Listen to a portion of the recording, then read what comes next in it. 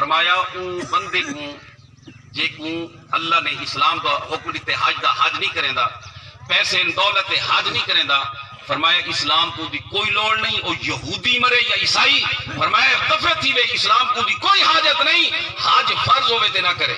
کتنا بڑا اہم فریض ہے، کتنا اہم فریض ہے۔ اللہ سا کو مسلمانوں کو ہدایت دے، بہت سستی ان دے معاملے کرے نے۔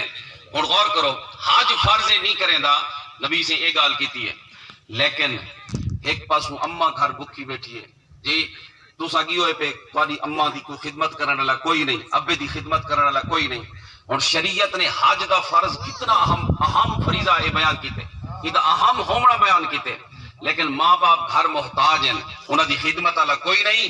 یہ شریعت دا حکم ہے اولاد گھر رہے، حج کو چھوڑ کے اپنے پیو ماں دی خدمت کرے، اسلام دا حکم ہے، یاد رکھو۔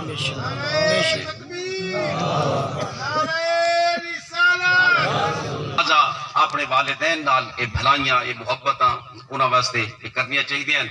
رانا صاحب دی قسمت بڑی اچھی ہے، نا کیا تو ابا جی دا محمد ابراہیم صاحب، اللہ تعالیٰ انہاں دی مغفرت فرماوے، انہاں دے درجات بلند فرماوے، اللہ دعا کو سارے بھائیاں کو خاندان کو صبر عطا فرماوے، اللہ میرے چند کلمات قبول و منظور فرماوے۔ ایک اہم اعلان سن گنو۔